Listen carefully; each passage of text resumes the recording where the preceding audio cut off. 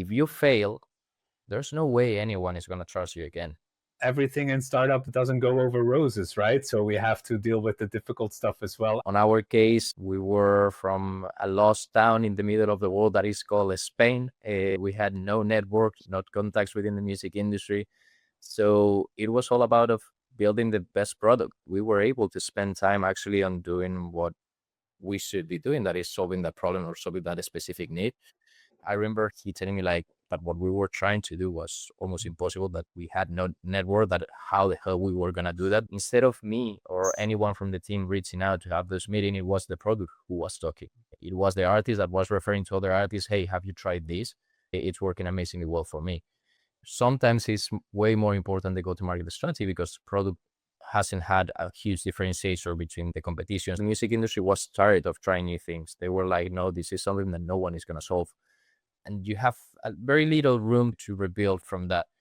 It's not that we are super smart and we were able to build the best product from day one. No, it's that we failed, I don't know, maybe 27, 30, 35, 40 times with many different artists testing many different things. And he looked at me like super impressed of, how can you be so stupid? We were literally gonna die.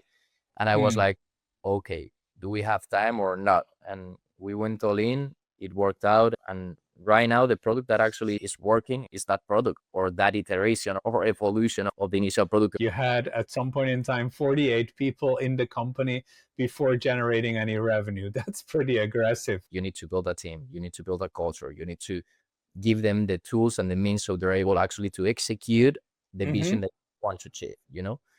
I mean, suddenly we were 48 people building something that we didn't even knew what we were doing.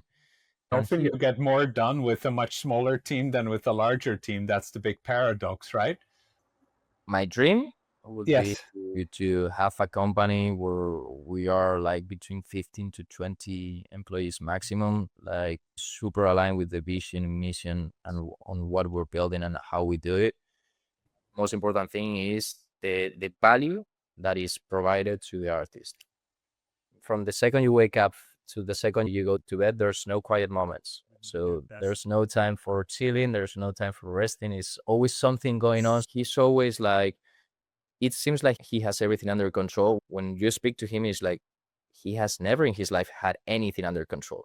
I have two companies, my company and then my family. That is like another huge company with any specific son with their problems, their issues, their goals, their visions, everything. Is like, okay, you need to remember about everything. I'm not the guy that neither works harder than the rest.